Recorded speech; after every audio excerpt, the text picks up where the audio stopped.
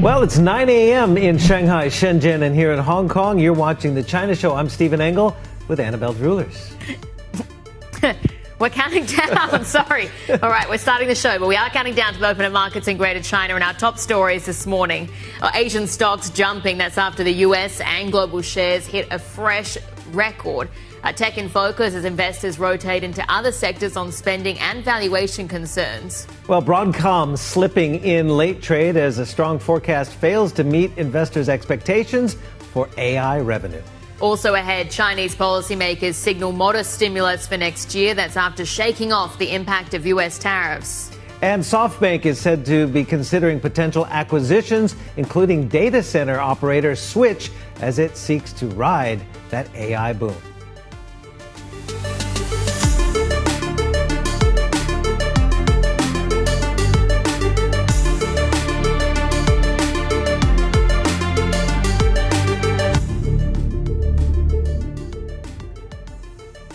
Well, Steve, we are starting off on the right foot this morning. A little bit shaky there, but at least Asian equities are moving to the upside this morning. So we actually saw dip buys essentially emerging on Wall Street overnight. We had a lot of concern yesterday in the session on Thursday. Optimism from the Fed did not translate because investors were pretty concerned about Oracle's numbers. But actually, you saw Oracle down in the session. You still saw US futures or equities ending the day in the green. They're pretty flat right now. But look at those sectors. Every single one, bar gold, but all the major markets this morning essentially are moving to the upside. Watching those tech-heavy benchmarks, you've got the Kospi there, for instance, up 1%.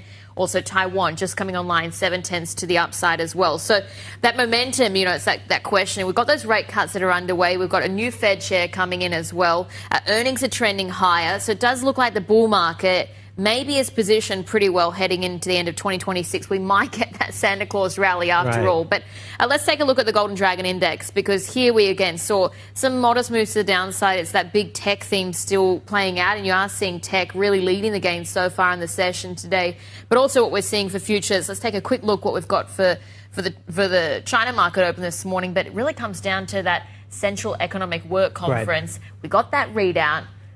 Seems like they're signaling modest stimulus more for 2026. So maybe the economy just did better than we thought, and could be a good thing, really. Yeah, I think they really front-loaded a lot of expectations of possible stimulus because of the uncertainty coming from abroad. But as 2025 panned out, I think they're looking at it at the end of the year saying, we weathered this pretty well. The tariff barrage from the Trump administration, obviously the persistent deflation is still a struggle in China, as is the property market. But again, the Central Economic Work Conference in its readout essentially saying that they're going to keep on supporting growth, but don't necessarily expect the big bang stimulus that a lot of people said this economy possibly needs. So again, we're on a bit of a no surprise kind of theme, which some of the analysts are saying whenever we get these kind of closed door meetings readouts, when they say pretty much nothing new, we see a bit of a sell-off. So we'll have to look at that. Okay, interesting. Well, so far not being indicated in futures, but maybe it's that sort of, again, broader Asian equities are moving to the upside. Broadcom we do need to talk about. We do, because we do latch on to every single possible iteration of negative news. The micro factors all become the macro factors, possibly. There's lofty expectations, right? So they had a fairly upbeat earnings report and sales report, but again, it's not quite up to what the expectations the markets had for revenue in the AI space. So again, in after hours, down almost 5%. Yeah, interesting moves there. And even though, as we said, it was actually good guidance. They were saying they're going to be making around $19 billion or just over in the current quarter that ends in February. That was more than what Wall Street had been expecting. But there's that, and then you've also got central banks still on tap, BSP. Absolutely, and the Philippine Central Bank has delivered a fifth consecutive rate cut to its benchmark interest rate, a well-telegraphed move that seeks to boost economic growth. For more on the outlook, joining us now from Manila is the Governor, Eli Remolona. Good morning, sir, Governor. Let's talk about that rate cut, the fifth rate cut, 200 basis points now totally cut since mid last year.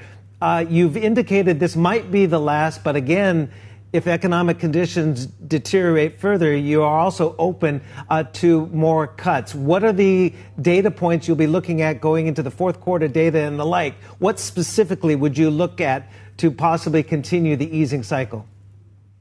Well, we found with our latest data that there was room for a cut. Inflation was very manageable, and then growth was weak. But the weakness in growth was partly due to a loss of confidence because of an infrastructure scandal. Right. Now, the Banco Central can't do very much about that, but we can compensate for the loss of confidence by reducing the policy rate. So we can compensate in terms of adding to growth. Growth suffered because of that scandal. Given that scandal, given also the weakening peso and the possibility of outflows, I mean, are you still pretty much on the fence about the need to cut even further, or are you going to stand still for now? I would say pretty much on the fence, yes. I think we may cut one more time, or we may not. That's where we are. Governor, I know you track the PMI data really closely, and I think what's interesting and notable is that we continue to see a pretty sharp drop-off in that latest reporting period for it, well under the 50 mark. And you're mentioning there about that flood corruption scandal and essentially how it continues to have a bearing. Tie those two things together. Yes, the PMI number is one of the things we follow to follow confidence, to follow business sentiment. And that one, yes, that one fell quite a bit.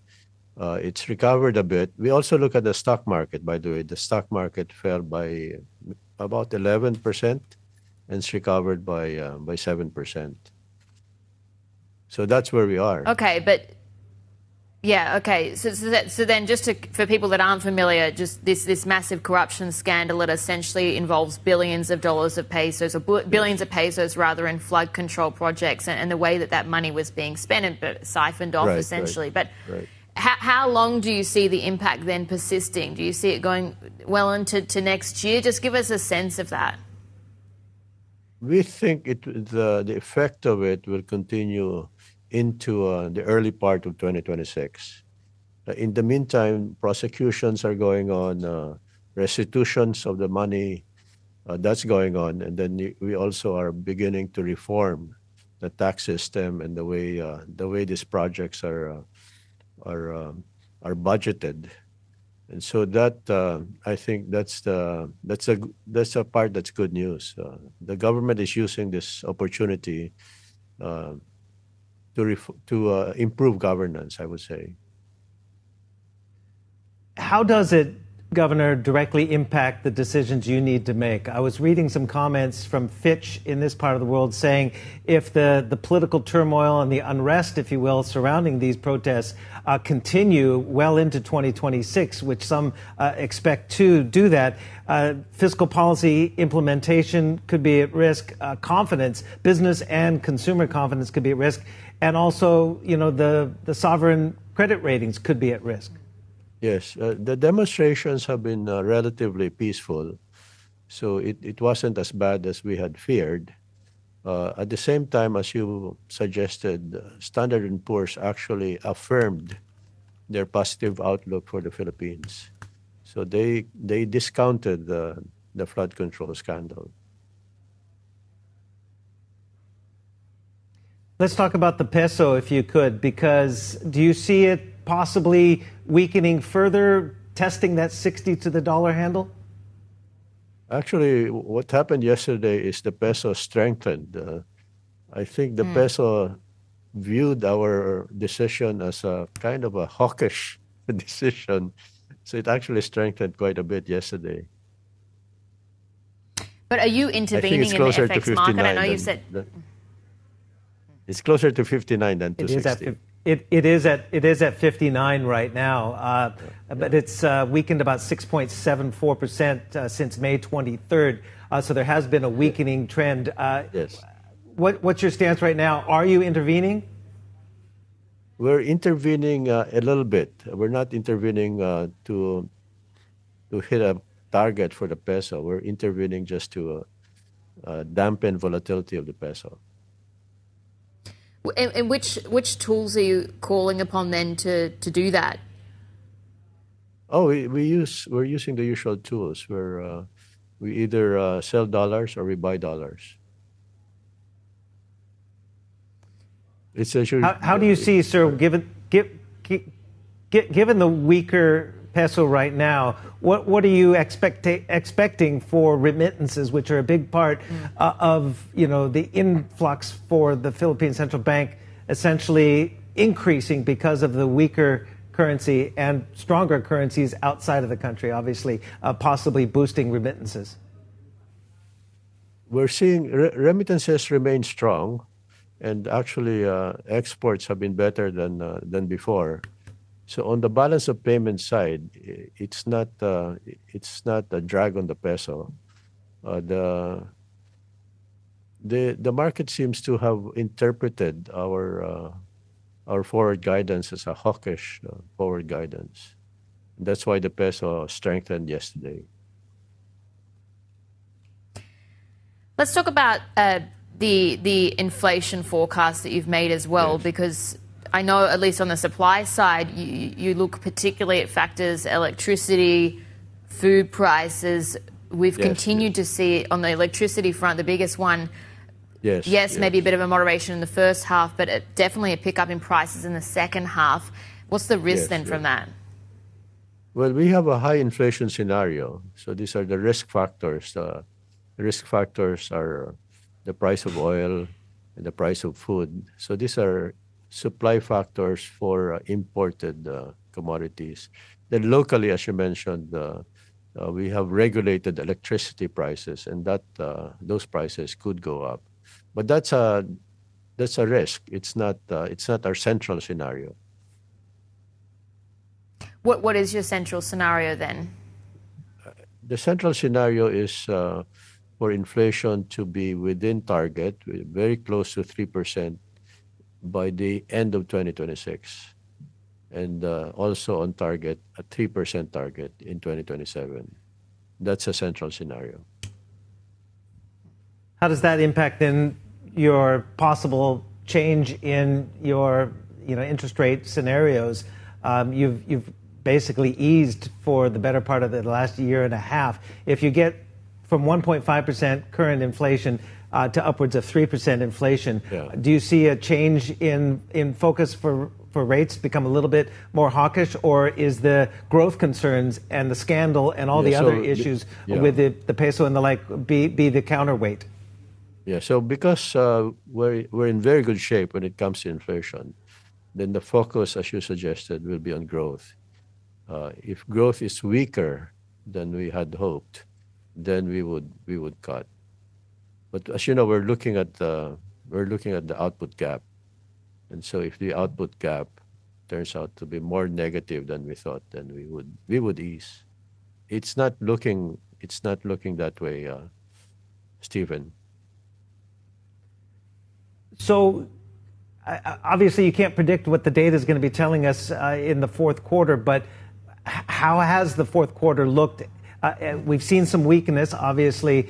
Does that give you enough data and evidence potentially to make a rate decision or another cut at the next meeting specifically? The fourth quarter of 2025 looks worse than we thought, and that was one of the reasons for the rate cut.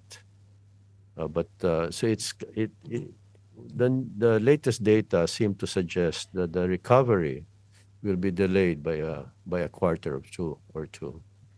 So we don't see a significant recovery until the second half of 2026.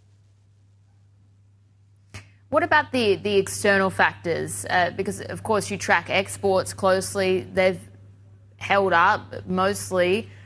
Do you see that changing at all into next year? The uncertainty over tariffs is still there. It's been reduced, but it's still there. But the global growth is that's going on is helping our exports. So that's a positive for us. The uncertainty is a negative for us. But you're seeing a better outlook, though, for trade, given the uncertainty with the United States, uncertainty with the Chinese economy as well. But you see an outlook for better trade, East and West? Yes. The uncertainty, part of the uncertainty is still there. It's not been completely clarified. But our exports seem to be doing okay, and our remittances seem to be doing okay. So it's not a big risk factor for us when it comes to global growth. Governor, you said that you're pretty much on the fence when it comes to the need for another rate cut, but if you could Yes. let us know which way are you leaning. If you had to go in one direction or the other, based on what you know today, what's your expectation? If we get off the fence, it's probably another rate cut, but that's probably about it. One more rate cut, maybe. All right, Okay. Governor, great to have you with us this morning, and great to know that, maybe easing still it could be the case going into next year. Governor, thank you very much. That was the Governor of the Philippine Central Bank there, Eli Remolona, joining us. And still ahead on the China Show, we'll get a closer look at the Central Economic Work Conference. That's as Beijing signals only modest stimulus plans for next year. Counting down to the open of trade in Shanghai, Shenzhen, Hong Kong, Asian equities are moving to the upside. Chinese ones looking to follow suit. More ahead. This is the China Show.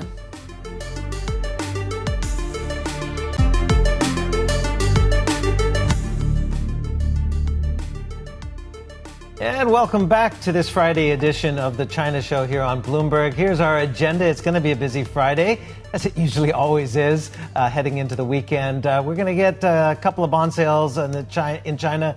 CGBs of 2- and 10-year bond sales later today. Chip sector always in focus, right, Annabelle? Absolutely. And especially on the news of Broadcom with the shares down in after hours, where essentially their guidance for sales did not meet extremely high expectations for AI sector. Also domestically in China, Huawei and SMIC are making advances in chip production technology despite U.S. attempts to limit their progress. That's a highly read story on the Bloomberg terminal. Rally in metals continues. Copper at a record high yet again after that U.S. Fed rate cut. And again, always on the window for China credit data and foreign direct investment. Well, the big news, of course, is that we got that readout from the closely watched policy meeting in China. It's ended with officials signaling they will maintain economic support next year. But as we've been discussing, they're going to refrain maybe from ramping up into big stimulus. So let's bring in our China correspondent, Min Min Lo. And Min Min, that's essentially, I feel like I've taken the lead, actually. Sorry. Well, nothing surprising, as we know. In terms of monetary and fiscal policy, the phrasing has been the same: proactive fiscal policy, moderately loose monetary policy. There was one phrase that stands out slightly different from before. Last year, they mentioned they would cut interest rates in a timely manner. This time, they avoided that phrase. They said they would use the interest rate policy in a flexible manner, which means that they might, it might be data dependent, depending on, uncertainties globally, and they will respond accordingly. But when it comes to the priorities, they've outlined 8 priorities, and as expected, same as this year, what we got from Liang Hui from the 2 sessions. Right. Top of the priority is domestic consumption. And then the second is boosting the high-quality productive forces. Well, we know coming out of the Politburo meeting, which was held right before this, that domestic demand will be the top priority. But that doesn't necessarily mean there will be specific policies to boost consumption, household consumption. Domestic demand has many elements, including manufacturing, which they're going to continue to support, even though there's lots of overcapacity. But is there anything specific on how to boost consumption at a time when property is still so weak? Yeah, there are a few lines. It's a little bit vague, so we're reading between the tea leaves here. But they talked about raising incomes of urban and rural residents. They talked about optimizing the consumption subsidy policy. And the word optimizing is quite interesting. It suggests that maybe there's limited room for expansion, but it suggests that they are going to extend that policy, probably. There's also there's going to be an increase in central government budget, which suggests, again, that issuance of the ultra-long treasury bonds, which they use to fund the consumption subsidies this year. So maybe they will issue long-term bonds again to fund some sort of program, maybe to boost services consumption, because that has been a key focus this year. There is a mention of involution as well, tackling that, also addressing all the delayed payments to companies so that companies don't feel they have to hold back their investments, so they want to promote private investment, and of course, social safety net for disadvantaged groups, creating employment for fresh graduates, for migrants, the usual, but nothing too surprising.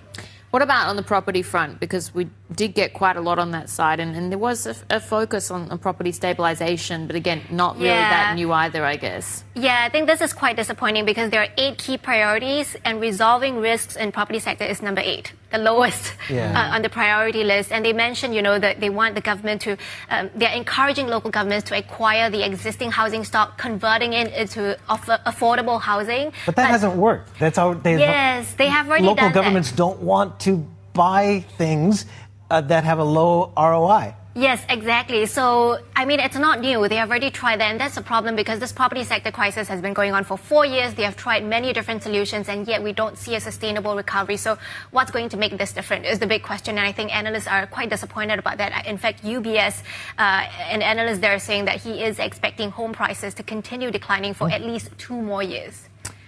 All right, still property malaise ongoing. Then we'll have a lot more to talk about on that front. That was our China correspondent, Min Min Lo there. And just as we go to ad break, we just got the yuan fix as well in the last few minutes or moments. And the reference rate just a little bit lower than what we saw yesterday in the session, but coming in at 7.0638 per US dollar. The estimate had been for 7.0510. We leave you with a look of markets going into the open here again. We're expecting some upside. You can see, so following what we're seeing for broader Asian equities today, but more ahead. This is Bloomberg.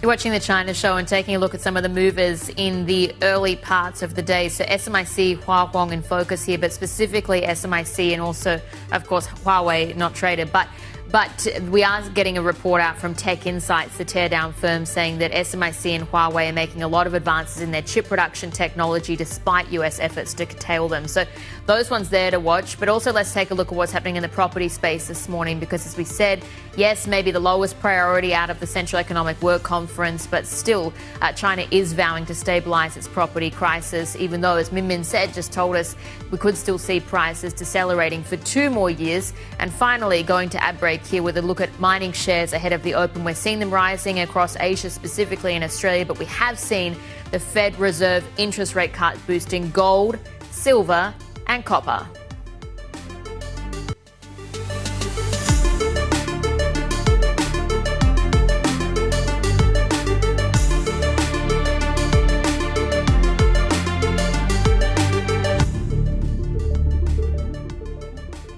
And welcome back. You are, of course, watching the China Show, and we are counting down to the open of the markets in about 40 seconds. It's futures looking like it's going to be possibly up day on the markets, despite some conflicting news about AI and the like. But again, the Fed cut still having some wings. Got some wings, and it seems like investors have brushed aside any concerns around Oracle's numbers, for instance, that we got out yesterday in late trade, and what that could be signaling around the AI story going into 2026. I mean, even though actually on that point, you have Broadcom numbers that have come out again in the last couple of hours, upbeat for the current quarter. A good report. But still not enough. You're seeing that stock slumping in late trade. Let's take a look at our mainland markets. So we're coming online this morning because at a headline level, the big story in China today is the readout we got from the Central Economic Work Conference. And if there's really one line you can take away from this, it's that it was in line with expectations. That's what we've really been hearing from a lot of different economists that are summarising their key takeaways. It is, of course, the most important policy setting gathering this year. But the broad reading from this is that don't expect any big stimulus, big bang moves in 2026 either. So You are seeing Asian equities here, or rather Chinese equities that are coming online. Just some modest gains to the upside across the board. But let's also take a look at what's happening in Hong Kong today, because there's a couple of different names that we're going to be tracking quite closely. Again, still around that tech theme. And I think it's interesting to point out Baidu, actually, because we've got a really great story out talking about really their chip efforts. Yeah. And Kunlun Shin is their chip division. They're looking at maybe spinning that off, listing again in Hong Kong in the next even 6 to 9 months. But it could actually be a stock that benefits from its full stack capabilities. It's got the chips division, it's got the cloud, it's got the application layer as well. Tech is going to be the big focus, and you're seeing, again, a lot of those gainers, Tencent, Alibaba, Meituan, Xiaomi, all tracking higher. And you see the Hang Seng 0.9% to the upside. Still in the chip space, let's take a look at some of the big movers today, because there's an interesting story out also from Tech Insights. This is the tear-down firm. And what they've done is looked at the latest technology and the progress that SMIC and Huawei are making together. Of course, SMIC being the foundry partner for Huawei, but they did a tear-down of the latest phone.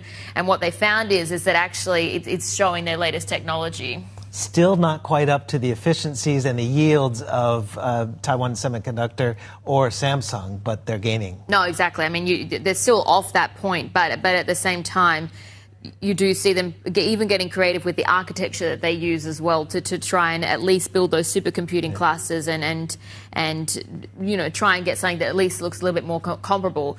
More threads as well. That's quite a big drop that you're seeing there, 15% to the downside. But actually, they've come out with a warning saying that the elevated trading risks are there because we have seen shares surging more than 8-fold.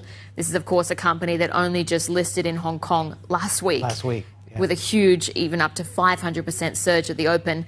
Finally, let's take a look at what's happening in the property space this morning, because we've seen some mixed moves across property this week. But again, it comes back down to that Central Economic Work Conference. And yes, it was, as Minwin was saying, a lower priority in the list for the government, it seems, given it came in at number 8 out of 8. But at the same time, we have seen more moves to try and stabilise the property market. Well, there's no panacea, right? So yeah. From policymakers yet. So we'll still await kind of some hard, firm policy and where that direction is going. Because so far, this encouraging or the government trying to encourage local governments to buy up all this excess inventory and then repackage it as low-income housing, not really working. Yeah. The local governments don't necessarily want that on their books. All right, let's get more on the Central Economic Work Conference and bring in Helen Qiao. She's the Greater China economist at BofA Global Research. Thanks so much, Helen. Good to see you. So what's your readout? Is continuity a good thing for policy? Because that's essentially the message that they're saying, that, well, the policy in 2025, despite all the headwinds from the trade front and also persistent deflation, the property woes, it sort of worked for us. Would you agree with that? Yeah, I would say that, market probably wasn't expecting much more than what we just received, right? First from the Politburo and then from the CWC. After all, as you said, Steve, this year turned out to be better than originally expected, and policymakers probably saw it the same way. So as a result, I wouldn't say that anyone was particularly expecting a big bazooka, especially before the end of the year to be announced. But that said, going into 2026, I think what we are hoping to see is probably the acknowledgement that it is going to become tougher, and policymakers are probably going to put more effort to at least show that they're ready to put in more effort. Well, where will they ease? Well, they are, first of all, keeping all the policy orientations in place, not changed. So, for example, in terms of the fiscal policy stance called, more proactive, and the monetary policy stance, which is moderately loose, they didn't change any of that. We weren't expecting them to change either. But at the same time, however, if you look at the details released yesterday from CWC, it seems to be suggesting that there could be a little bit more flexibility. For example, when it comes to monetary policy, this time they didn't say that we will seek the opportunity to cut interest rates and the reserve requirement ratio. They said we will be flexible and effective in cutting RRR and the interest rate. So in our view, that probably means a little bit more, constructive. At least they mentioned this, right? So, compared to the previous Politburo and other meetings after May, we at least see that they have this plan that going to 2026, they can do something. That said, Fiscal budget deficit probably flat from this year. And I think the market might be a little bit in a way, I would say disappointed because they didn't mention too much of the property policy. Yeah, well, that's what we were just talking about earlier. Yeah, we can maybe get to property in a moment. I do want to talk, though, about the consumption side, because this was highlighted as it's supposed to be one of the big areas that, well, it was one of the big areas that came out of the Politburo, but one of the key priority areas for 2026. Do you think we got enough on out of the Central Economic Work Conference on that front?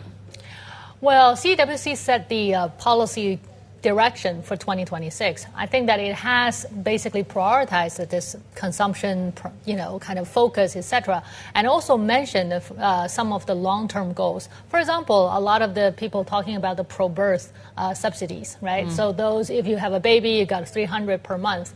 So on a daily basis, you got 10 yuan. Not a lot, but that is at least a very novel kind of subsidy that we have seen that was rolled out in 2025 that will continue next year. Another big focus is actually the trade-in program subsidy. That is most likely going to stay here, at least until the end of next year. Does it expand, though? That's the question. At the moment, they didn't mention anything, but we think that potentially, because on the margin, if you look at the impact, right, the diminishing return from that has been coming down quickly. What about property? What stood out to you from what they didn't say?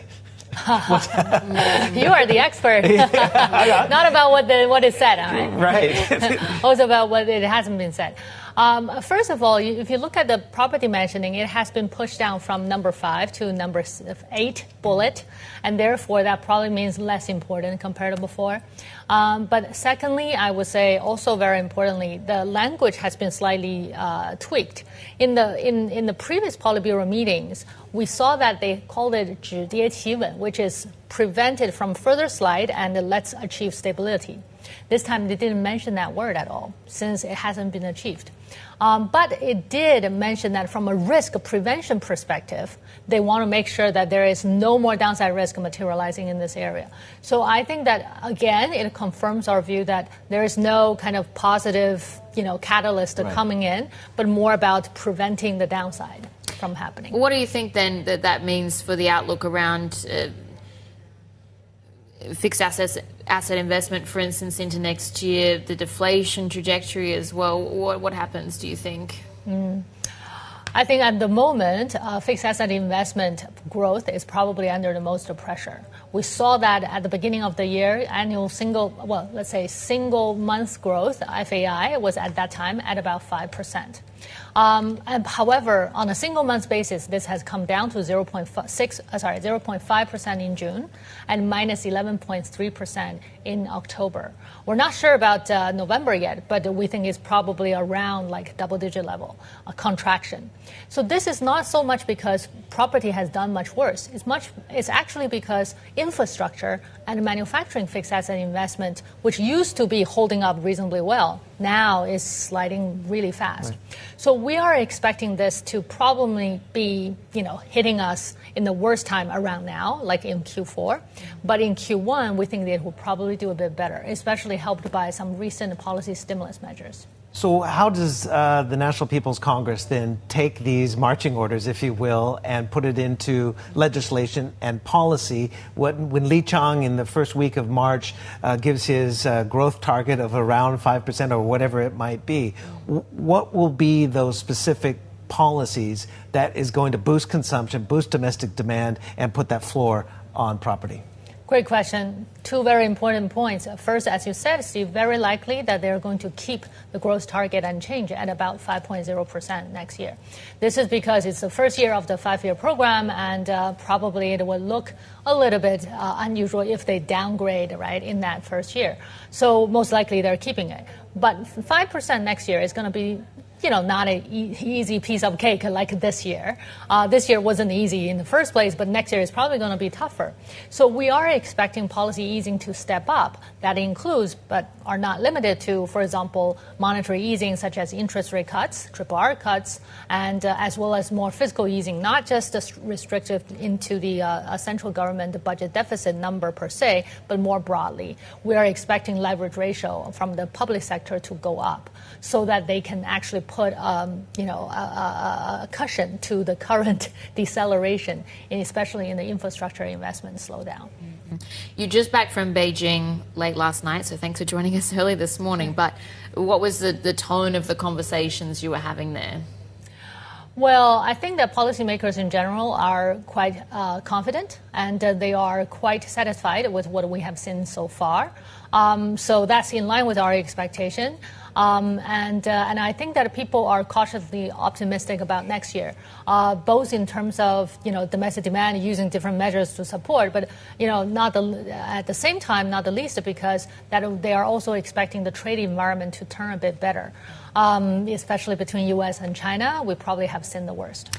Yeah, I'm sure Steve's going to be busy around April with the Trump-Xi meeting coming up. And March for the National People's Congress. Yes, of course. All the different events that are coming up in the first part of the year, absolutely. All But right. do you expect the pandas to be the gift by the time that President Trump comes? Well, didn't they just give a couple to France? Yes, Are there they any? did. Yeah, there's plenty left. There should be, right? Yeah, right.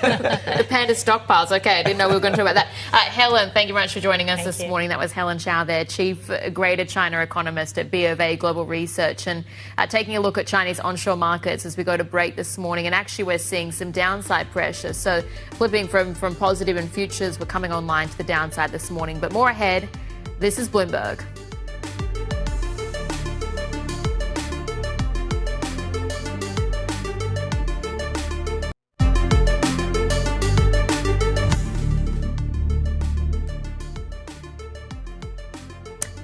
Well, this is an interesting move, I have to say, actually. Right. Wasn't the stock up considerably? Yes, it was up as much as 5% or more in the session.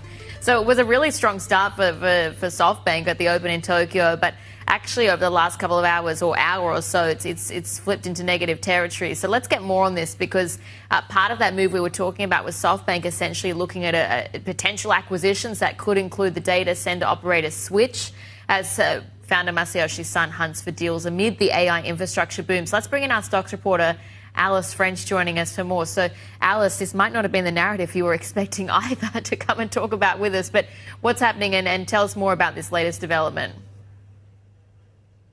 Yeah, it's the stock move is interesting for sure, and I think really speaks to the sort of jitters and the confusion that there almost is amongst investors around AI right now. But yeah, so once again today, all about SoftBank this morning. So we've heard that they are looking into potential acquisition of Switch, this US company that operates data centers.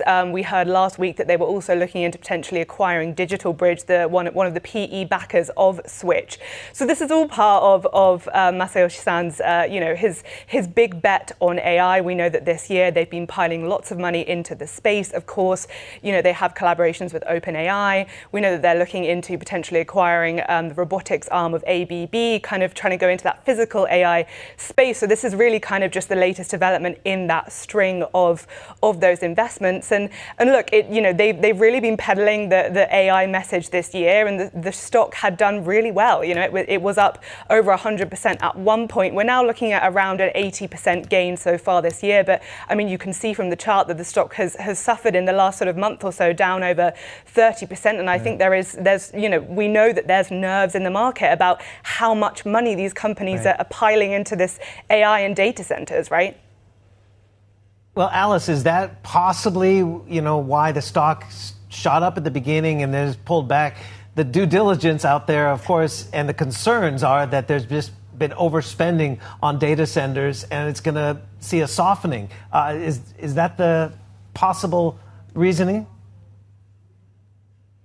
100%. I think that's the sort of sensible interpretation here. I mean, of course, the big news this week was Oracle's results, and we saw there'd been a jump in their data center spending as well in the past quarter, and that really did seem to kind of ramp up that caution just across the market. We saw a lot of tech and AI really suffering over the past 2 days in the stock market because of that, and I think SoftBank is probably, lapping up a little bit of that caution today after that initial bump. And, as we go into the new year as well, I think this is going going to continue to play out. We'd had so much exuberance around AI over sort of the first 3 quarters of the year. But I mean, how is it going to play out in 2026? Physical AI robots are going to come more into play. I think investors are going to start asking to sort of see, show me the money, show me where all of this investment is actually going and what you have to show for it. And I think SoftBank in many ways is kind of a bellwether of all of this data center and AI spending, and it'll definitely be something to watch. And as we know, it has a huge impact on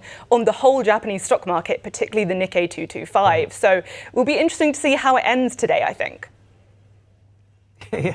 Always. Never a dull moment in this space. Alice, thanks so much. Bloomberg's Japan stocks reporter, Alice French. Well, other corporate stories we are following. Chinese AI chipmaker More Threads has warned investors about elevated trading risks after shares of the company surged more than 8-fold in the first week following its IPO. That's as the benchmark CSI 300 index remained largely unchanged during the same period.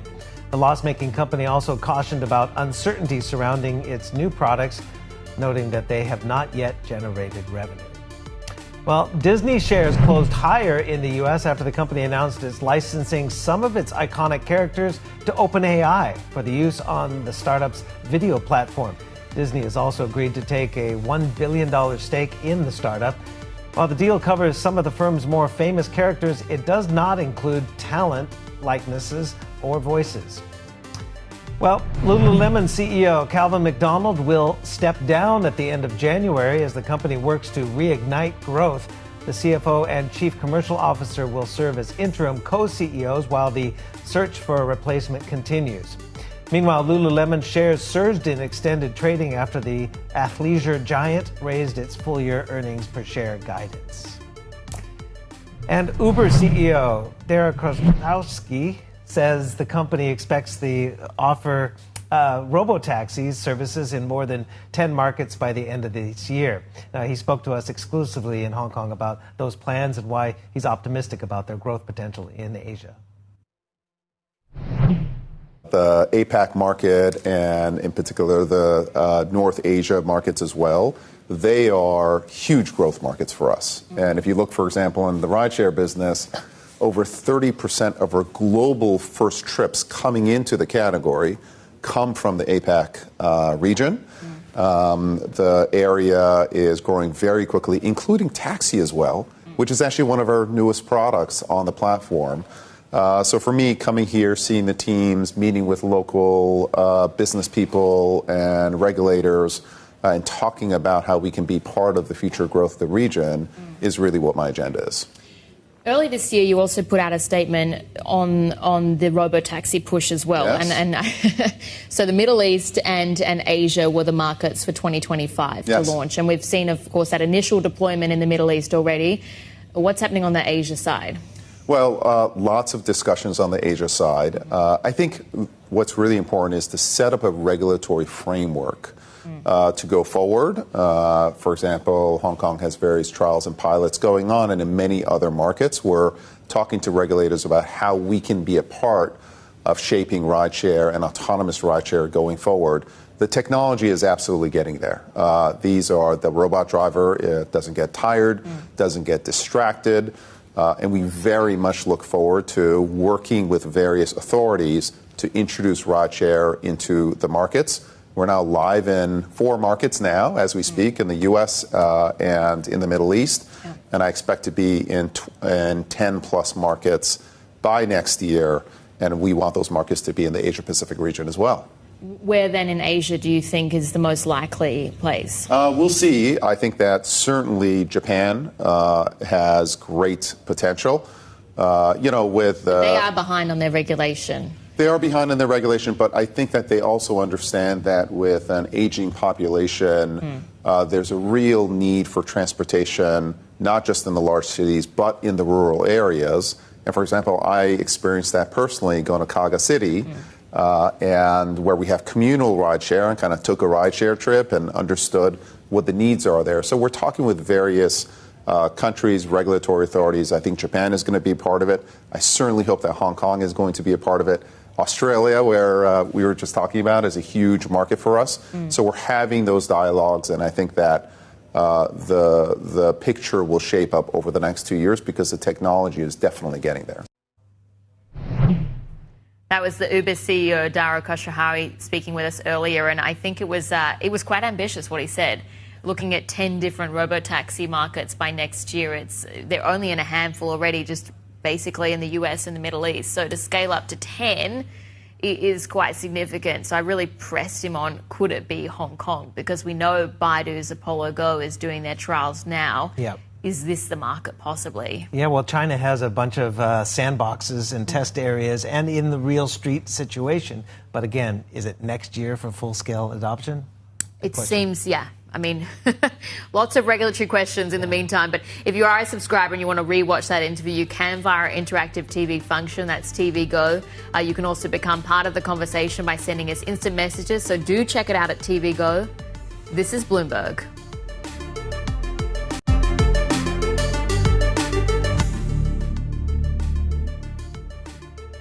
We're seeing markets in China under pressure for the most part, but there are some gainers this morning, and Stand Chart is one of those. It's actually just been upgraded to buy at Goldman. They're looking at improving profitability metrics rather, and the possibility for the bank to raise its return guidance in May. NetEase, another one as well. And the story here is that JP Morgan says that their shares can extend their rally on an overseas gain push. Also taking a look at what's happening in the China chip space today, because we had a teardown from Tech Insights saying that Huawei and SMIC are making progress with their chips despite all of the efforts from the US to really restrict or to stem their advances. And also taking a look at more threads. You can see under pressure here, they have put out a warning on that huge run-up we've seen in the stock since its listing. More ahead. This is Bloomberg.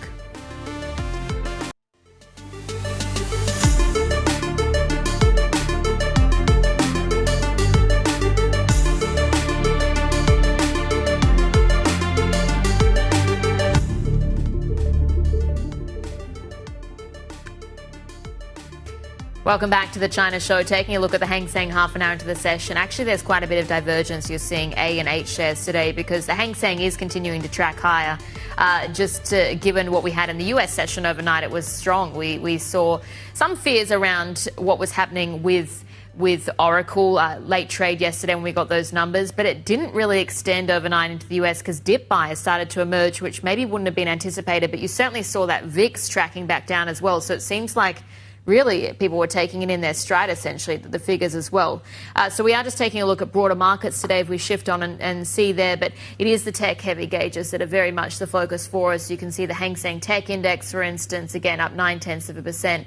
Also Taiwan, the Kospi Index, posting some pretty good gains. The CSI 300, as I said, where mainland stocks are under pressure so far. Metals to watch as well, because it is, again, that's still digesting the Fed trajectory and that cut we had earlier this week, but we've seen some record gains, essentially, for silver, gold, copper. Yes, a little bit negative today, but you are sitting at, again, record highs are around that point.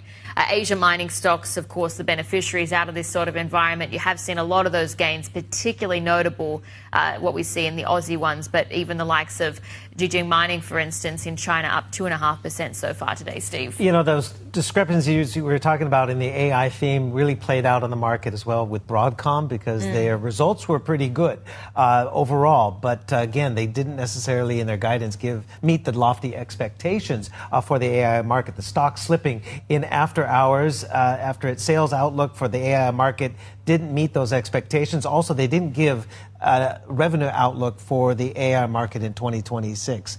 So that was yeah, but the guidance was strong. It's just not as strong as for the current quarter. So yeah, I mean, and outpacing what some had been expecting, because I think they're saying for the current quarter they're going to make around $19.1 billion. That ends February 1.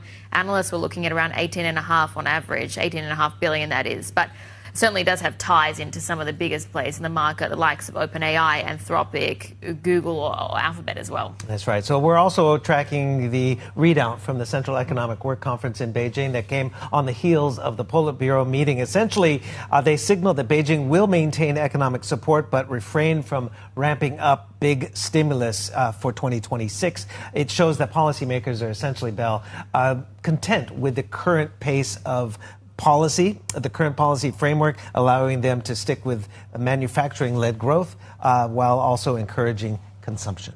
Yeah. So we are, of course, continuing to get reactions from this. We just were speaking with Helen Qiao, for instance, from BofA Global Research in the past hour. She's the chief Greater China economist, rather. But here's her thoughts on the readout. Market probably wasn't expecting much more than what we just received, right? First from the Politburo and then from the CWC. After all, as you said, Steve, this year turned out to be better than originally expected, and policymakers probably saw it the same way. So as a result, I wouldn't say that anyone was particularly expecting a big bazooka, especially before the end of the year to be announced. But that said, going into 2026, I think what we are hoping to see is probably the acknowledgement that it is going to become tougher, and policymakers are probably going to put more effort to at least show that they're ready to put in more effort. Well, for more on the market moves, we're joined by Bennett this morning. He's Asia Head of Investment Strategy at L&G, and I think if you were to sort of tie two themes together, you've got the US economy, the Chinese economy, both did better than expected. How does that set us up then for equity market trading activity into next year? Yeah, and in particularly in China, I guess Chinese stocks were cheap at the start of last year, weren't they? They're no longer cheap. And everyone is, if you look at all the outlooks for 2026, everyone is pretty much the same way focused, that it's going to be okay growth, not stellar, not recession, okay growth. It's going to be interest rates around neutral. Government bond yields have come down. So it's a benign positive outlook. But frankly, that's what's priced into markets again, isn't it? So, but what I would say, which is really fascinating, is that everyone is so closely around that benign outlook. It's so concentrated. So if we do get a risk either way, I think the market reaction is going to be quite exaggerated. That's the thing that we're trying to think about. Well, let's go to the U.S. right now. What is your outlook for the beginning part of the year, where some people are saying that the specter of inflation will rear its ugly head on the back of the tariffs that were introduced this year? And again, you're going to get a change at the top of the Fed as well. So you have a cut here by Jay Powell last week. Yeah. Then, or this week, then what? There's probably going to be a pause, isn't it? But I think that's what everyone thinks. There's going to be a pause, and the rest of the year will be fine as well. So maybe there could be a bit of a wobble at the beginning of the year, just because we don't know what's going to happen. But everyone is hopeful that there's still going to be a good rest of the year. From our perspective, we cut a little bit of our equity exposure into the end of the year, just because we were worried a bit about the AI wobble. We're worried about the uncertainty around the Fed. But our more neutral position going into next year would be to add a little bit of risk and just hold that neutral over the course of the year. We're a little bit more worried about credit markets than equities, actually. Okay. Equities look okay. Credit could be a little bit of a concern. Yeah, let's talk about credit then, because I think, you're expecting a lot more issuance, particularly as we have this AI infrastructure build out. And you think about the sort of spreads to treasuries on these, it's not that big. So you're being asked to take on quite a lot of risk, really, on even a 30-year time horizon for technologies and companies that are still really relatively untested. Yeah, what's going to be the payout? So AI is great. So you've got two sides. You've got the equity side, and we're starting to see the winners and losers come out in equities, aren't we? So some of the names are doing really well. We've seen a couple of results recently that have been weaker, on Oracle and Broadcom, and the market reaction has been negative. But we still quite like that equity trade. We're long technology equities. Credit, there's going to be a huge amount of issuance. And the numbers keep accelerating, the expectations for credit issuance. I saw in the middle of the year, people were expecting maybe $200 billion of issuance in the public credit markets over the next 3 years. We now think it's going to be between 500 and 800 billion a year across public and private. Yeah, that's going to be digested in the context of about $1.5 trillion worth of issuance every year. In the overall non-treasury market, another 500 to 800 billion is 30 to 50%. So, of course, you're going to have to see wider spreads, higher yields in order to digest that, in order to attract that money from other parts of the market. So, yeah, we think credit spreads over the course of the year might be 20 basis points wider or so. Again, not a disaster, but if you want to put your money somewhere, maybe equities in the AI trade right now is a little bit better than the credit trade. But that still puts pressure on the issuers, that the sort of market dynamics. So don't you see a feed across into the equity picture then too? And especially, I don't really understand why we saw that sort of Yes, a knee-jerk reaction on Oracle, and you still saw it down in the session. But overall, people took it in their stride, and that part I don't really get in the sense that it was a huge CapEx spend, still not that ROI. Yeah, so the time that I remember, which was quite like this, was in the beginning, the early 2000s in Europe, when they were doing all these 3G licenses, and there was lots of auctions, and these companies, France Telecom, were buying this. The problem was when they started overpaying, you started to see wobbles in the credit market feed back into the equity market. And broadly, funnily enough, some of these companies were rewarded for missing one of these auctions. So I will be the most worried if you start to see equity markets reward these AI companies when they cut their CapEx. Right now, it's all about higher CapEx. Okay. That's good news. When they get rewarded for cutting, that tells you that the credit markets are in charge a little bit. Bringing it back to this part of the world, what's your outlook for Japan? Because Takeichi-san has expansionary policies. We're going to get a rate decision from the BOJ as well, possibly tightening. The yen still languishing at 155. It's a big basket of questions. But what's your focus on Japan right now? So the first thing I'd say about Japan, the yen, is that it's potentially one of those currencies that can protect you if you get a downside surprise to this benign outlook for the world. Everyone thinks it's a benign outlook for the world. If we get some wobbles in the labour market, the yen is usually a good currency to be holding. So we're long the yen right now, just for that reason, not because of Japan, but because of a risk-off currency, just to hedge some of our positions. On the government bond yield curve, we like flatteners. The curve in Japan is so steep. If you look at the long end, 10 to 30 year, that curve right now is about as steep as it ever has been across loads of developed market economies outside of fiscal crises. Is there going to be a fiscal crisis in Japan? Probably not, maybe, but probably not. And if there isn't one, I think that curve flattens. So the yen is a hedge a bit, but what are going to be the catalysts to improve from 155 or strengthen? Because job owning hasn't seemed to work. Intervention at 160 worked a little bit, but then again, we're right back there creeping up towards 160. Yeah, so I don't see a particular catalyst apart from the global risk off. All I'd say is that it's a common short. It's a sentiment thing. Everyone, I think, thinks that the yen is weaker. Everyone knows about Takeichi. It's in the price. And therefore, from that basis, I quite like it as a reverse hedge. This time last year, everyone thought the dollar was going to rally in 2025. And actually, that sentiment was the thing that turned the dollar. So maybe the same thing can happen in Japan. All right, this is Asia. Let's just talk about Europe to finish off here. What are you expecting next year, and what are your trades in particular? So I think if you look at the French government bond market, I quite like that risk there, the spread that you get. French political risk is well known. It's a trade that everyone's got on. But frankly, there's political risk everywhere, isn't there? At least you're getting paid for it in France. So we quite like that trade. We'll see what happens in the budgets in the next couple of weeks' time. But we quite like that trade as to go forward. And the UK as well. Everyone is worried about the UK. I think the government and the Treasury is also focused on that curve, worried about high yields, and they might be a little bit more fiscally conservative than we're worried about. So again, I quite like the UK here. Ben, thanks so much for your time. Have a great holiday season. Hope you can unplug and recharge for the new year. It's going to be interesting, obviously. Asia Head of Investment Strategy at L&G, Ben Bennett. Thanks so much for joining us. Still ahead, an early election on the cards for Thailand as the Prime Minister dissolves Parliament amid a bloody border conflict with Cambodia. Details next. This is Bloomberg.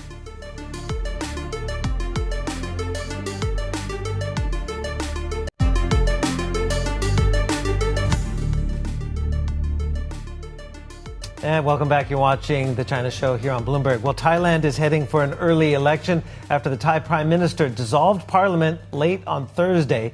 It comes amid a border conflict with Cambodia that's seen multiple casualties on both sides. Bloomberg's team leader for Southeast Asia and Economics and Government, Ramzi Al-Rikabi, joins us from Bangkok. We just have some crossing lines on the terminal, essentially saying the Prime Minister, Anutin, does not necessarily see an impact of that dissolution having an impact on the border spat that is happening with Cambodia. Give us the latest update on the ramifications of this move by the Prime Minister. Hi, good morning, folks. So late last night, the Prime Minister dissolved Parliament, which was a bit of a surprise move. He had planned to do this a little bit later, but he felt a bit of heat. Just to some background, He's got a minority party that's backing him, the People's Party, which is more popular than his own. Now, to become the prime minister, he had guaranteed them that he would help amend the Constitution. He backtracked on that. They threatened a no confidence vote, and so he decided to go early with elections. Now, one of the reasons why he's in a bit of a good position to do that is, unfortunately, because of the border clash with Cambodia. That has stirred up a lot of nationalist fervor. He's been incredibly, he's tried to project an image of being very strong on the border, not giving an inch, even pushing back against pressure from the U.S. and Donald Trump to stop fighting on the border. His predecessor, if you remember, was ousted because she bungled how the border clash was managed. So at this point, he sees pressure coming from his partners in parliament. He dissolves, calls elections, and hopes that this war that he's fighting gives him the nationalist edge to maybe expand his coalition and then get a fresh mandate. Yeah, exactly. I mean, we have seen that strong nationalist sentiment off the back of this border clash. So what is the outlook in terms of the timing here and the next steps, essentially? Yeah, so the royal court has approved the dissolution of parliament, and now goes the election commission to decide when they will do it. I believe that needs to be between 45 to 60 days, so that puts us somewhere between late January and say like the first week or so of February. So from now until then, obviously Anneton is going to get rolling on the campaign trail. The People's Party this time has 3 candidates that it could field. Again, it has been more popular in the past than his party. It's one of the most popular, but because the reforms it's called for, particularly around the royal insult laws and around the Constitution, the so-called establishment in Thailand has been able to more or less kneecap that party, has had its candidates thrown out, has had them kicked out of politics, has had charges brought against them to sort of keep those reforms from happening. So it'll be an interesting next 2 months to see how a very popular party calling for reforms takes on a pretty well-established establishment party that has been pretty strong against its neighbor in this war. Hey, Ramsey, a last question for you. It's kind of a two-parter. What's been the market and then economic impact of this, how it's been transpiring?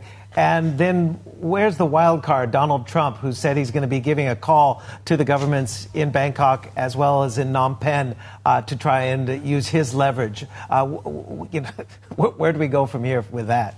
Yeah.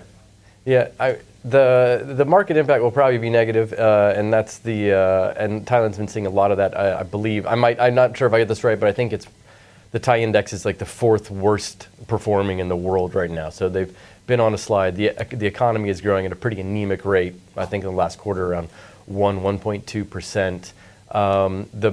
And then oddly the baht, its currency is actually quite strong right now for various trade and commodity reasons, which is not going to help its exports, which are also seeing the headwinds from those Trump tariffs. Now, as that call comes with Trump, this has been a really interesting dynamic for Anneton. He needs this trade deal with Trump to kind of ease the tension with the tariffs, get as much advantage as he can in that deal. Trump wants to win a Nobel Peace Prize, and he's been calling on Anneton and Cambodia to cool it on the border. If you remember, in October they had this big signing ceremony in Kuala Lumpur over a peace agreement. Now, Anneton has said he has successfully convinced Trump to let him separate how he handles the border with how he handles trade. But as I'm sure you've seen, Trump in the last couple of days has said he's gonna get him on the phone again to try to end this thing. So this is a really, really fine line Anneton needs to walk between looking strong on the border for the domestic audience, but if he tries to push a little too hard, Trump could squeeze him on the trade side. Yeah, certainly big one for Thai stocks, as you said, really one of the worst performing equity gauges for 2025 worldwide. But that was Ramsey Al-Rakabi there, who leads our Southeast Asia economics and government coverage. Let's shift to some other world news that we're tracking this morning, because PDD shares slid in New York. That's after Bloomberg reported that at least 2 fistfights broke out last week between the company's employees and Chinese regulators. Sources say officials were investigating reports of fraudulent deliveries on PDD's platform, with police making several arrests. Pinduoduo says the account of the fistfights is false and it bears no relation to reality. Terraform Labs co-founder Do Kwon has been sentenced to 15 years in prison for fraud tied to the $40 billion collapse of the Terra USD stablecoin in 2002. A New York judge handed down the verdict, saying the fraud was on an epic, generational scale and caused significant monetary harm. The 34-year-old still faces fraud charges in his native South Korea.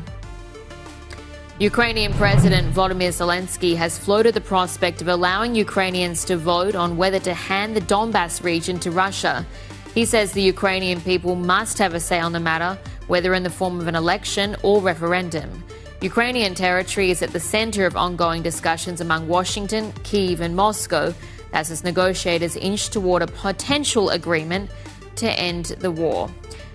We'll leave you with a check of how Asian equities are faring so far, and mainland Hong Kong in particular, because we're still seeing that divergence. It's actually quite strong now. The CSI 300, again, in the red, down 0.3%, but you are seeing Hang Seng continuing to push higher. More ahead.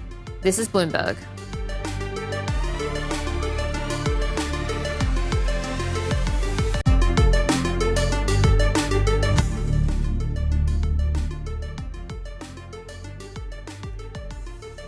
Rivian shares fell in New York. That's after the company unveiled its own AI chip designed to replace NVIDIA's.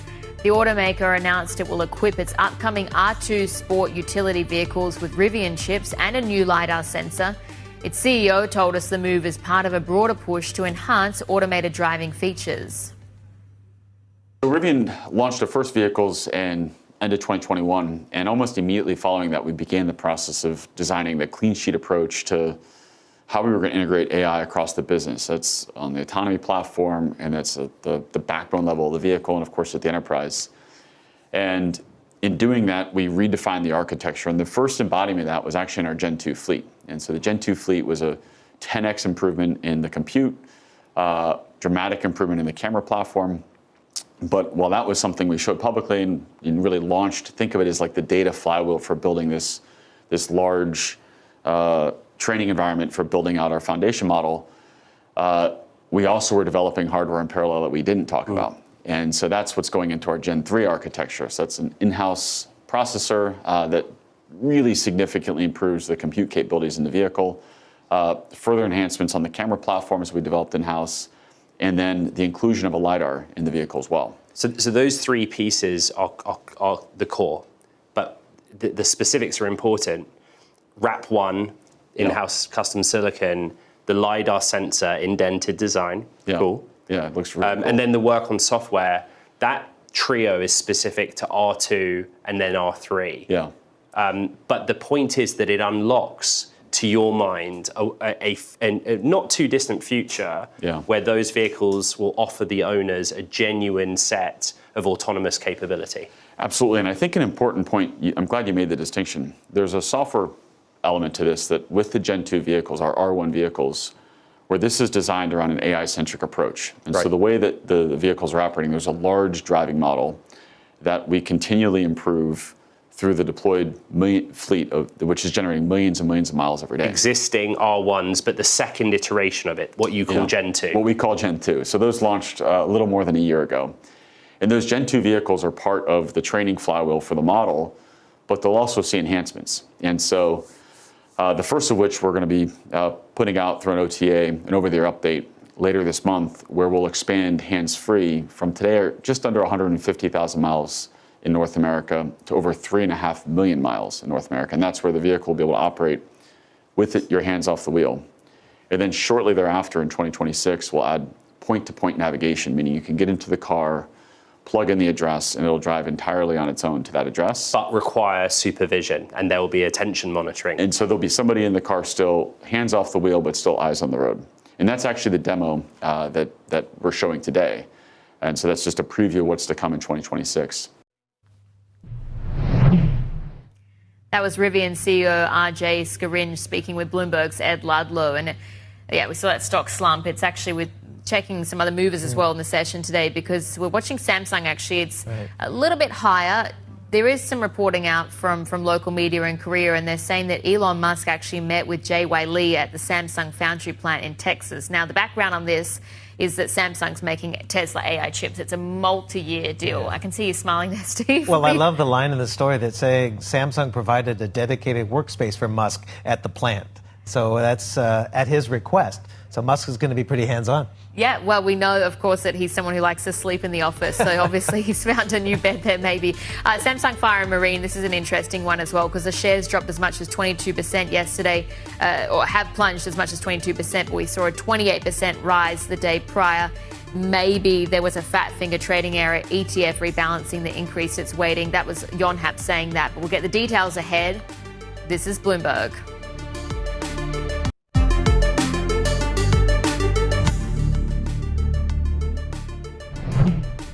It's back to the race, right? So China will not accept to be cut off from technology, right? If you have 1.4 billion people, you want to advance. So this is just a reality. Then I think the West could make the choice to continue to keep China behind by saying, well, we're not going to provide them the latest and greatest product, but we could provide a third, the fourth, or the fifth generation. Today, the product we ship to China are 8 generations behind our INA tool we talked about it. So we're quite far behind. The tool we ship to China, we were shipping to our customer in the Western world in 2013, 2014. So it's more than 10 years. And China, of course, is suffering from that. Their technology progress has slowed down. Now the question is, how far do you push that? Do we keep them behind 5, 10, 15 years? Not for me to decide.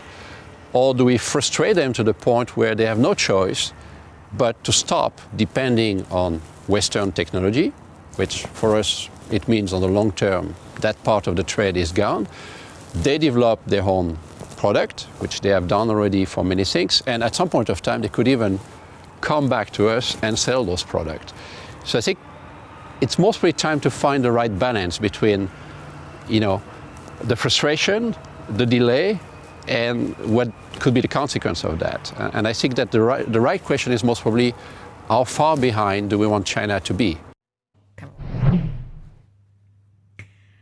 That was the ASML CEO, Christophe Fouquet, there speaking as the firm looks to balance its business with Beijing while maintaining close ties to Washington as well. You can catch the full interview on Bloomberg Tech Europe. That's at 2:30 p.m. Hong Kong, 6:30 a.m. if you're watching in London. And I think that really sort of sets the tone for a lot of companies that are sort of trying to straddle both. Many companies across Taiwan, Europe, they're trying to do business in China. They're trying to keep their ties with Washington as well. But yeah, because their projections and their business is not as bifurcated as the political world is, right? So it's very tricky, obviously. Yeah.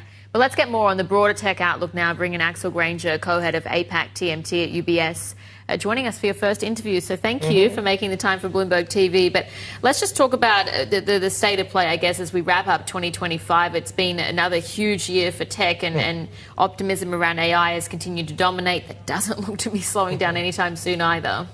No, absolutely, and pleasure being here and with you, with Annabelle and Stephen this morning. So if you look at 2025, as you rightly pointed out, it has been a very eventful for the APAC tech ecosystem. Looking back at the past 12 months, there was a bit of a slow Q1 with a lot of volatility in the market, which was not overly conducive for the pricing of our transactions. Then we saw an acceleration in Q2 with a resurgence of deal activity. That resurgence in deal activity has actually accelerated throughout the summer and is not stopping. So although today is December 12th, what we can see is the level of activity is extremely strong throughout the year end. Typically, we see a bit of a slowdown as this time of the year in the market. Right now, we're seeing nothing, actually. We see professionals, issuers working very hard through the year end with the view as well to have that momentum to continue into first half. What sectors specifically will be the top priority and focus for 2026? I mean, data centers is the big one right now. Obviously, you have Softbank looking at acquisitions. You have also a lot of questions about valuations as well, as whether this is an overspend in AI. What's going to be the big trend in that space in Asia? Yes. I think very, very good question. So you touch upon AI valuation and then the data center impact, and then if we bring that back home to the APAC region. I think a few things. When you think about AI and AI valuation and why there is a lot of noise around that at this moment, that's primarily from the infrastructure investments, which make a lot of headline, mostly in the US. And that's where we see every week a lot of news. There was some good reporting as well by Bloomberg about some of those investments being, to some extent, a bit circular and what that could mean. Now, if you transpose to what's happening in this part of the world in APAC, I would say a few things. One, from a valuation standpoint, there is still a big gap. Looking at very simple statistics, P multiple of the Nasdaq is at between 40 and 45, depending on the week. I would say if you come closer to here, the Hang Seng, and if you focus on the Hang Seng Tech Index, we're at about 25 to 26. So there's still, I would say, a big gap in terms of valuation between the US and here. And the second aspect as well is the Asia tech ecosystem is much broader than just AI infrastructures and the gigafactory we have here. So to answer your question, we see a lot of activity which is much more broad-based as opposed to just being on the AIDC. We see that on the internet space with a lot of deals. We did a CB earlier this year for Alibaba, $3.2 billion. We did as well a GDR for Wistron in Taiwan, which is a tech hardware company. So it's much more broad-based than I would say one specific stock or subsector. What do you see then around issuance in particular? We just were speaking about this at the top of the hour and how there's really expected to be sort of a corporate deluge into next year. What does it look like and what's sort of the pricing going to be as well, do you think? Yes. I mean, you are right. I would not say deluge because deluge maybe have a negative connotation, but there is a lot of activity indeed that we have seen as well in the second half of this year I was mentioning earlier, and we expect that to continue in the first half. We have just on the UBS alone for Hong Kong more than double-digit companies where we have already A1 being filed or having been filed and going into pricing in the first half and in the Q1. So we have, I would say, the near term, and we expect a very strong level of activity. That's what we can see. And I think what is interesting is not only on the issuer side, but on the investor side, where there is actually significant pent-up demand to invest here in the region. So there is still a lot of untapped liquidity, which I think will go into the equity markets. So then do you see the pricing sticking relatively close to treasuries then? It's not going to be too expensive, do you expect? Yes, I think it depends on the subsectors. So right now what we see from the investor side, they are not overly concerned in the valuation on the Asia side. I think it's more specific to some US infrastructure stock or the AI ecosystem. But over here, I think you have some as well company where the valuation are still, I would say, relatively attractive. And secondly, where actually the financial fundamentals are very strong. We have a lot of issuers, and why I think the reason we're bullish about next year on the APAC tech scene is because you have as well issuers which have a lot of very good factors, very strong technology. They have as well, they have a global reach. So we're talking about Asian companies, but they serve the global markets. And then number three, companies which have very strong financial fundamentals, which generate cash flows and growing very nicely. Well, this part of the world, as you mentioned, a couple of answers ago about the tech supply chain, is largely located in this part of the world. That's right. But where will then, from the supply chain of parts to the end product, what are going to be those emerging technologies? Yes. So you highlighted a very good point, which is the supply chain is primarily located in that part of the world, and that's a very strength of the APAC tech ecosystem. What we have here, and China is a great example, it's not only the supply chain. Actually, we have the whole, what we call the China tech stack, which is located here, which is developing here. So you have from the hardware piece, which is, I would say, the base, the foundation, and there's a lot of investment going there in the region.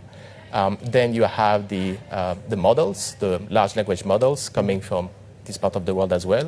China has a number of those being developed and competing well with others globally. And then you have the applications, which go to the end consumer. Right. So what we see is the whole tech ecosystem actually being developed here as opposed to just one part. So that, I would say, create as well a lot of catalysts for being a bit more immune for what could happen in other markets, especially in the Western markets. All right, Axel Granger, co-head of APAC TMT at UBS. Hopefully we'll see you at the Greater China Conference in January up in Shanghai, where we will be attending. All right, we'll have plenty more ahead as we wrap up the last half hour of the China Show here on Bloomberg.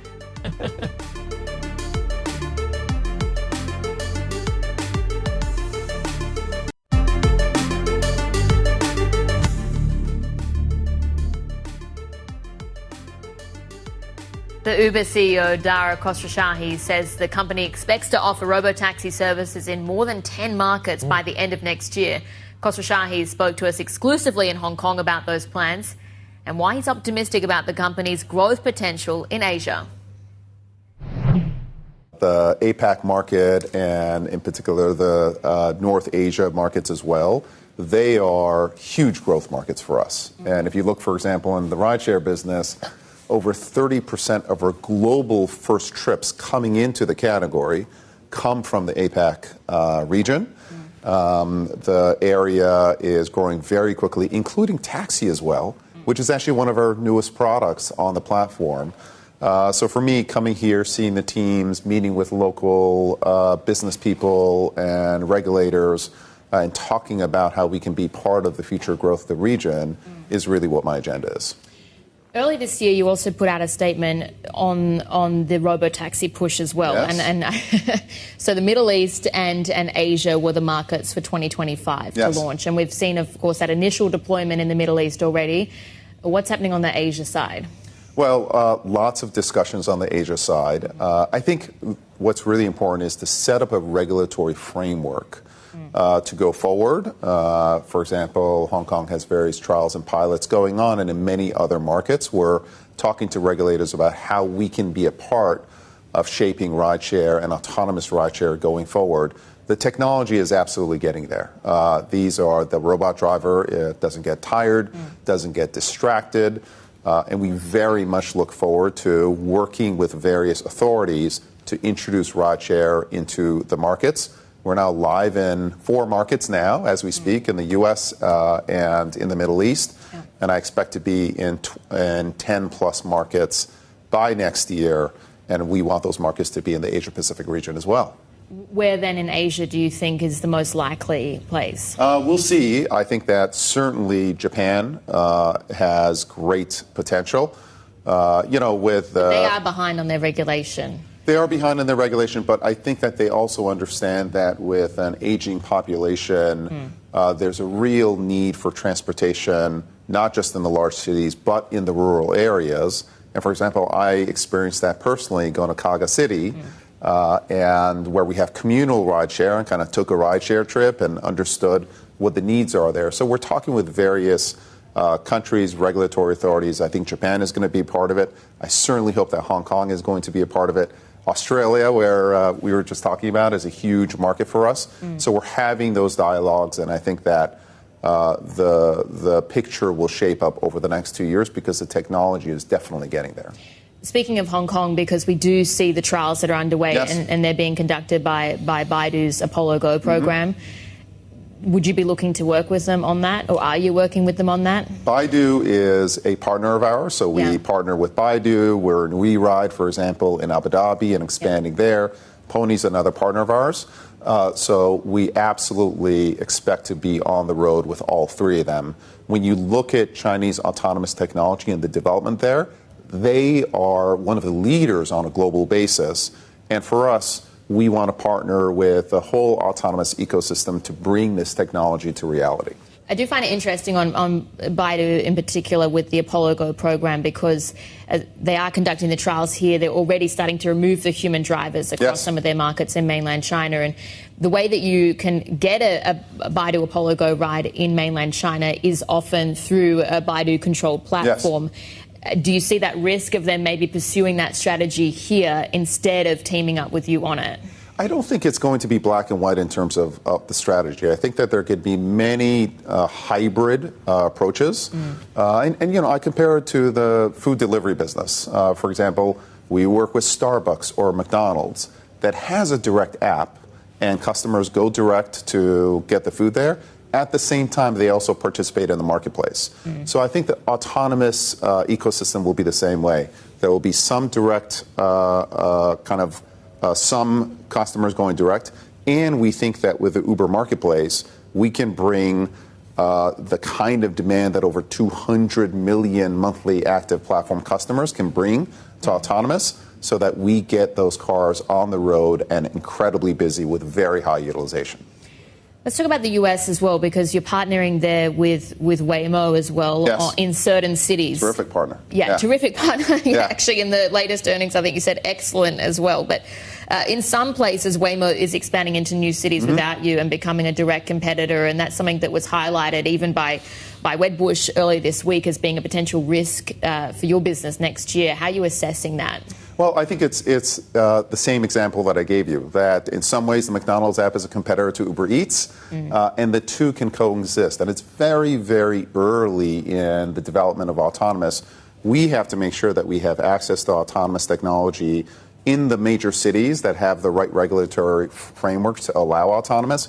And we're very confident as we look at our roadmap and we look at our partners. We have over 20 partners, autonomous partners globally, that we will have access to autonomous technologies in the large cities and markets that really count.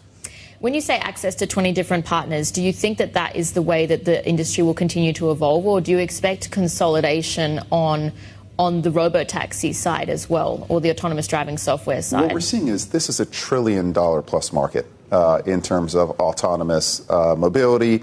I think delivery eventually will be of a similar size. And when you have markets that are that large, you usually don't have winner-take-alls. It's the same way with these LLM models. There are many to choose from, whether it's an OpenAI or Gemini. And I think the same will be true of autonomous. That was the Uber CEO, Dara Khosrowshahi, speaking exclusively with us earlier today. And if you're a subscriber or you want to rewatch that interview, you can via our interactive TV function, TV Go. So do check it out at TV Go. This is Bloomberg.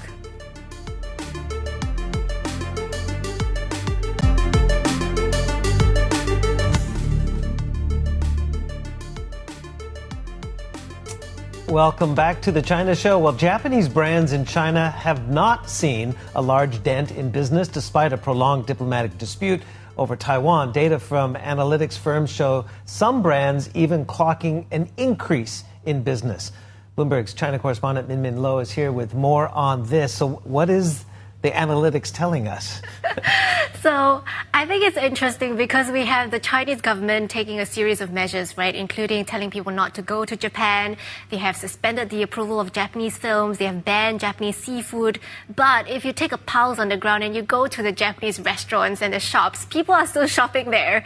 So it tells you a few things. I think it's really a big contrast to what happened in 2012 during the nationalization of the Senkaku Islands, where Chinese state media had put out a lot of commentary and really riled up the public and incited very widespread boycotts of Japanese goods. We're not seeing that this time. So clearly China is carefully calibrating the response to ensure we don't see the kind of fallout that was almost a little bit spiraling out of control at that time. Number two, I think generally people seem to be able to separate politics and government versus what's happening in their lives, because we interviewed some of them. They are saying politics is politics. They just want to have a good meal. And the third thing is, I guess Japanese soft power is pretty sticky. Yeah, right. So I've been getting anecdotal evidence up in Niseko in northern Japan. I'm going there this weekend, and the businesses there are saying that I've talked to, no impact from this right now. And I just remembered, there was this sushi chain called Sushiro, which opened in Shanghai recently. They opened new branches, and there were queues as long as 14 hours long, according to media reports. So you took part in this latest Bloomberg mini doc on Chinese soft power. What's the conclusion there?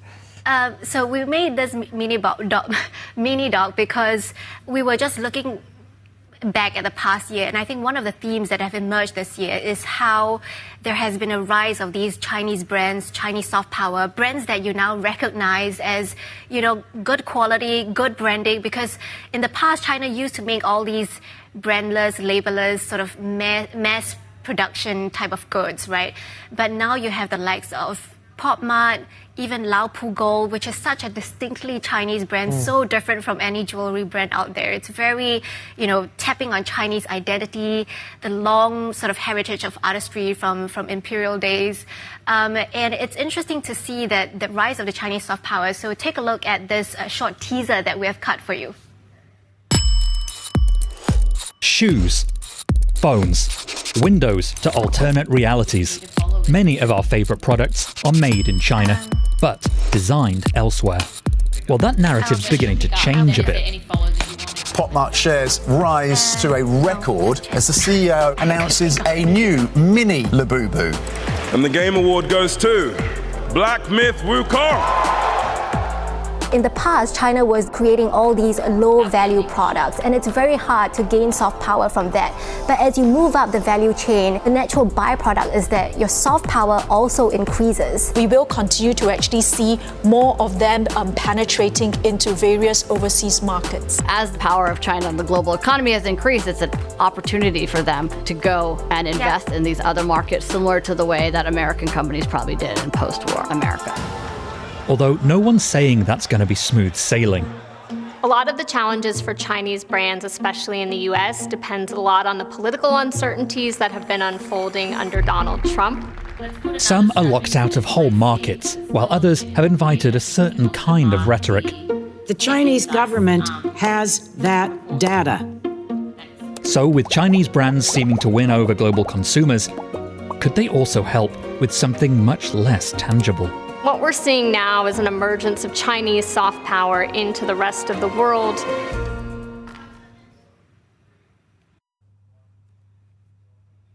So I think recently we have heard President Xi, for example, saying that he wants China to be a cultural powerhouse by 2035. And I think there is a recognition from the government that soft power is useful, right? It could blunt the impact of hostility in terms of global policies. You look at TikTok, for example, it was pretty much saved from the worst outcome because people like TikTok and President Trump likes TikTok.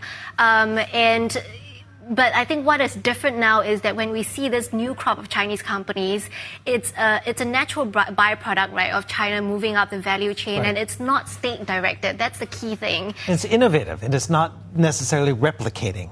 Yeah. And these entrepreneurs are now becoming almost like accidental ambassadors of the country. And there's been actually some debate, about, Pop Mart's Labubu, for example, why isn't it more Chinese? And I think a big mistake is if the government does come in to regulate and say, let's make it more state-directed, then it's going to, really diminish a lot of that power. Min Min, great reporting and great package, of course. You can watch that in full later today. But that was our China correspondent, Min Min Lo, there. And just as we finish off the show today, we do need to bring you an alert that's just crossed on the terminal. Yeah. But a tsunami advisory has been issued for Japan's Aomori, Iwate, that's according to the NHK. So we're just getting this reading here that a 6.5 magnitude earthquake off the east coast of Honshu, Japan has been That would be on the reported. Japanese scale, so it'd probably be in the sevens in the international scale. So 6.5 is a pretty big aftershock from the previous earthquake that we had, last week, right, which was about 6.5 as well. Yeah, we're getting more lines on this, so we'll bring you the details after this ad break. More ahead. This is Bloomberg.